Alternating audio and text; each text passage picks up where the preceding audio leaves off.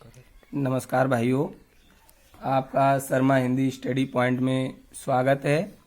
और जो मैंने पहली वीडियो बनाई थी रस के बारे में, वो कैसी लगी वो मुझे कमेंट करके बताएं। और आज मैं जो रस के भाग और उनकी उदाहरण परिभाषा सहित बताऊंगा और इसको बहुत अच्छी तरह से समझिए। तो सबसे पहले रस के बारे में तो जानते हुए, रस का अर्थ जो होता है वो होता है आनंद। ठीक है, तो इनके जो भेद होते हैं, सबसे पहला जो भेद आता है वो श्रृंगार रस होता है। श्रृंगार रस किसे कहते हैं, इसकी परिभाषा देखिए कि सहृदय के चित्त में रति नामक स्थायी भाव जब विभाव, अनुभाव और संचारी भाव के संयोग होता है तो वह श्रृंगार रस का रूप धारण कर लेता है। और ये जो श्रृंगार रस है, इसके दो भेद होते हैं। पहला है संयोग श्रृंगार, दूसरा है वियोग श्रृंगार।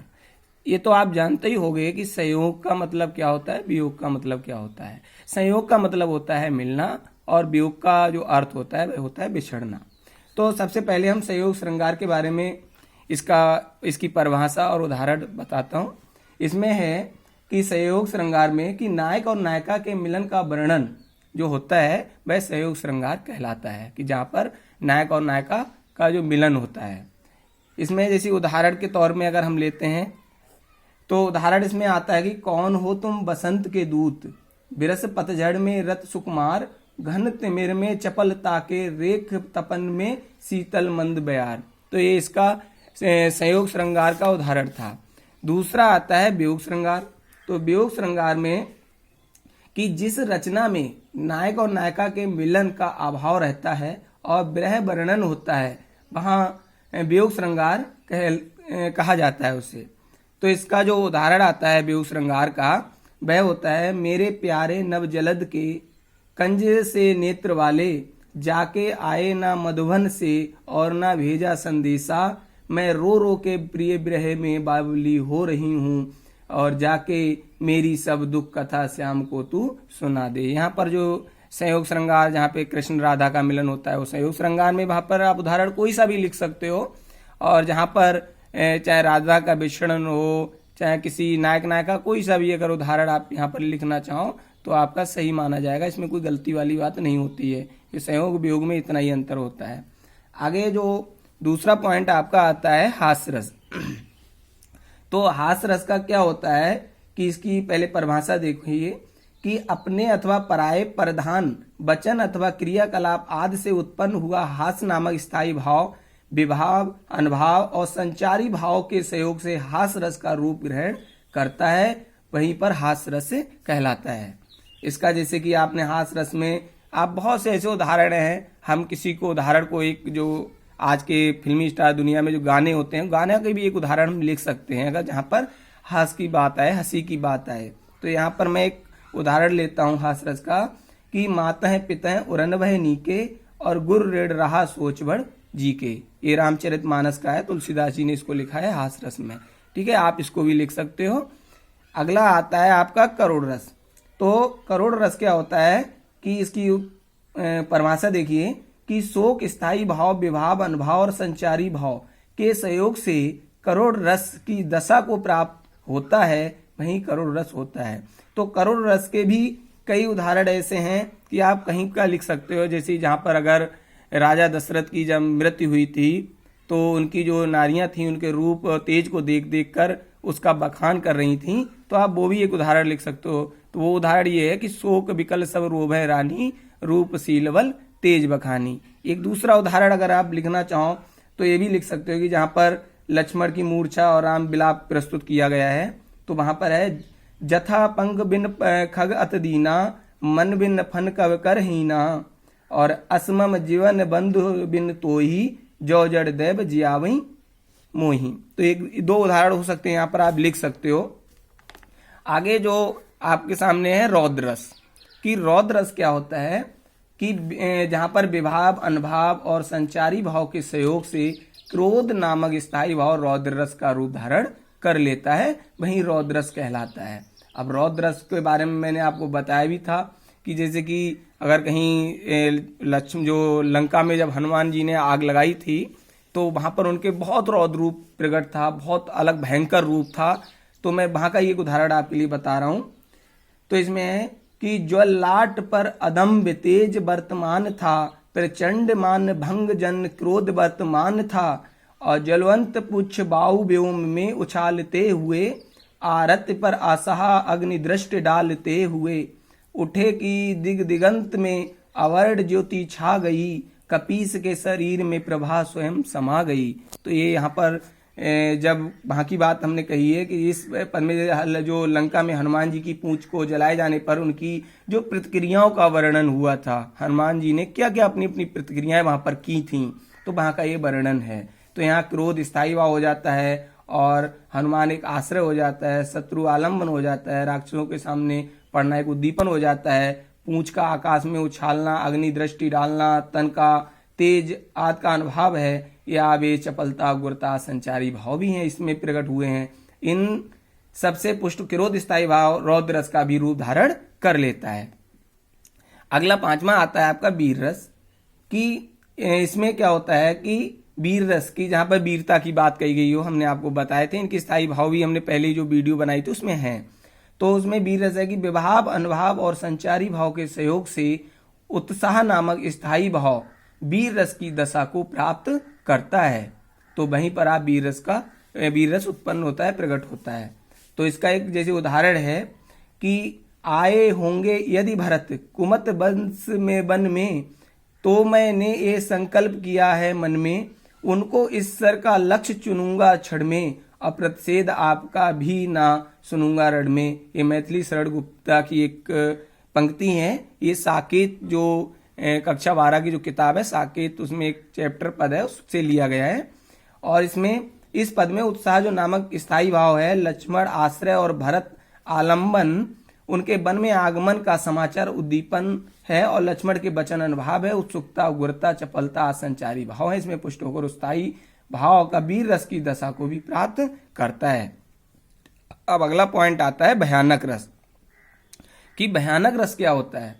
तो भयानक रस की विभाव अनुभाव और संचारी भाव के सहयोग से भय नामक स्थायी भाव भयानक रस का रूप धारण करता है। यहीं पर भय रस का उत्पन्न हो जाता है। जैसे भय कहीं कोई डरावनी सी अगर कहीं पर रूप देखने को मिल जाए, या कहीं कोई एकदम अलग सा रूप अगर हमारे सामने कोई प्रकट हो जाए, सपने में कोई प्रकट हो जाता है, तो वहां पर भयानक रस उत्पन्न होता है। तो जैसे यहाँ पर भयानक रस में एक उदाहरण है, मैं उदाहरण जैसे श्याम नारायण पांडे के जो पंक्ति है उसमें जय हनुमान में, वो पंक्ति मैं आपके सामने बता रहा हूँ। वैसे आप इसमें कहीं का भी लिख सकते हो, कोई ऐसी दिक्कत नहीं है, आपको नंबर 100% मिलेंगे। कि इसमें एक दे रहे हैं कि लंका की सेना तो कप के गर्जन रब से कांप गई, हनुमान के भीषण दर्शन से विनाश की काप भाप गई, और उस कंपत संकित सेना पर कप नाहर की मार पड़ी, त्राही त्राही शिव की सब और पुकार पड़ी। तो इसमें यहाँ भय स्थायी भाव है, लंका की सेना आश्रय एवं हनुमान आलम्बन, गर्जन रव और भीषण दर्शन उद्दीपन है, कांपना है, त्राही पुकारना आदि अनुभाव है, और लंका चिंता संत्रास आदि संचारी भाव है। इसमें पुष्टि भय स्थायी भाव भयानक रस को भी प्राप्त हुआ है। अगला पॉइंट जो आपका आता है बीभत्स रस। बीभत्स का मतलब होता है जो इसका जो संचारी जुगुप्सा जो होता है बीभत्स का, तो इसका मतलब होता है जुगुप्सा का घृणा, कि जहां पर कोई वस्तु अगर गंदी पड़ी हो उसे देखकर जो हमारे मन में घृणा रूपी जो भाव जागृत होता है, तो वहां पर हम इसको प्रयोग करते हैं। ठीक है, तो बीभत्स के बारे में बता रहे हैं कि विभाव अनुभाव और संचारी भाव के सहयोग से जुगुप्सा, इसको घृणा कहते हैं, स्थायी भाव बीभत्स रस का रूप ग्रहण करता है। तो इसका एक उदाहरण हम लेते हैं रत्नाकर, जो हरिश्चंद्र जी ने लिखा है रत्नाकर, वहां पे घृणा की है कि को अतड़िन की पहिर माल इत रात दिखावत, को चरबी लय चोप चहत निज आंगन लावत, को मुंडन लय मान मोद कंदुक लौ डारत, को रूडन में बैठ करे जो फार निकारत। तो इसमें जो प्रयोग जो हमने आपको अभी उदाहरण बताया है, इस पद में जुगुप्सा स्थायी भाव है। जैसे कि आपने देखा होगा शमशान का एक दृश्य आलंबन है, इसमें अंतड़ी की माला पहनकर इतराना, चोप सहित शरीर पर चर्बी का पोतना, हाथ में मुंडों को लेकर गेंद की तरह उछालना आदि उद्दीपन विभाव हैं। दैन्य, गलानी, निर्वेद आदि इसमें संचारी भाव हैं। और इस सबसे पुष्टि जुगुप्सा स्थायी भाव बीभत्स रस की दशा को ही प्रकट करता है। अगला आता है आपका अद्भुत रस। तो अद्भुत का मतलब जानते हो कि जहां पर आपने कोई एकदम अद्भुत सी रूप कोई दिखाई देता है कि यहाँ पर कि विभाव, अनुभाव और संचारी भाव के सहयोग से विस्मय नामक स्थायी भाव अद्भुत रस की दशा को प्राप्त करता है। विविध प्रकरणों में उत्तरोत्तर को देखकर आश्चर्य होता है और उसे विस्मय कहते हैं। ठीक है, तो इसका एक जैसी उदाहरण है, यहाँ वहाँ दुई बालक देखा, मत भ्रम मोर की आन बिसेखा, तन पुलकित मुख बचन न आबा, नैन मूद चरणन सिर नाबा। तो यहाँ पर एक तुलसीदास रामचरितमानस से लिया गया है। ये उदाहरण जो मैं बोल रहा हूँ ये तुलसीदास जी द्वारा रचित है कि यहाँ विस्मय स्थायी भाव है, माता कौशल्या और आश्रय, तहाँ यहाँ वहाँ दो बालक दिखाई देना आलम्बन होता है। तन पुलकित मुख बचना में रोमांच और स्वर अनुभाव है, जड़ता वितर्क आसंचारी भाव है, अतः यहाँ अद्भुत रस कहलाता है। अगला आप देखते हैं, अगला पॉइंट आता है शांत रस। तो शांत का मतलब जानते हो, बिल्कुल हर चीज में एकदम शांत स्वभाव, या किसी तरह से कह लें कि अपने मन को शांत करना। जहाँ पे आप अपने मन को अगर शांत कर लेते हैं वहीं पर शांत रस के उत्पन्न हो जाता है।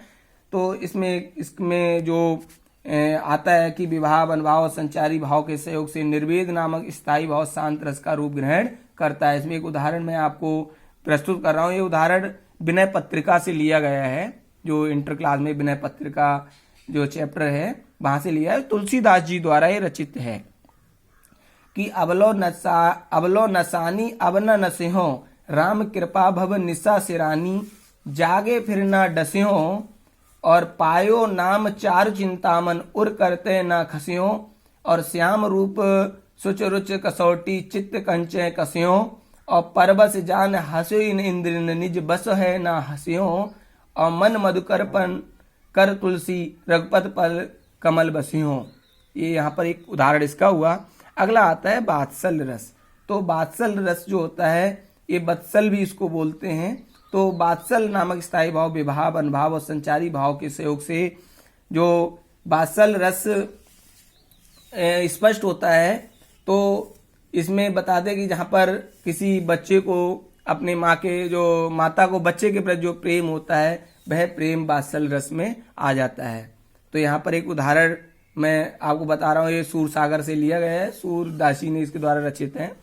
तो इसमें है कि जसोता हर पाल ने झुलावे, हर रावे दुलरावे, मल्हावे जोई सोई कछु गावे, और मेरे लाल को आवरी निदरिया, काहे न आन सुहावे, तू काहे नहीं बेगे आवे, तो के कान बुलावे, कबहू पलक हर मूंद लेत है, कबहू अदरन फरकावे, सोवत जान मौन कह होय के, रह कर सैन बतावे, इही अंतर अकुलाई उठे हरे, जसमद मधुरय गावे, जो सुख सूर अमर मुन दुर्लभ, सो नंद भावन पावे।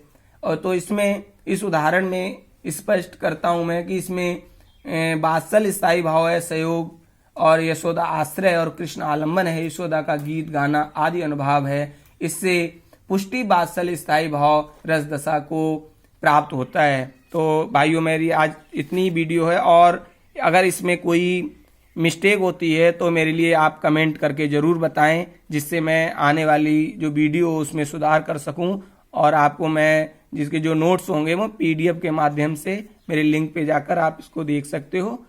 ठीक है, धन्यवाद।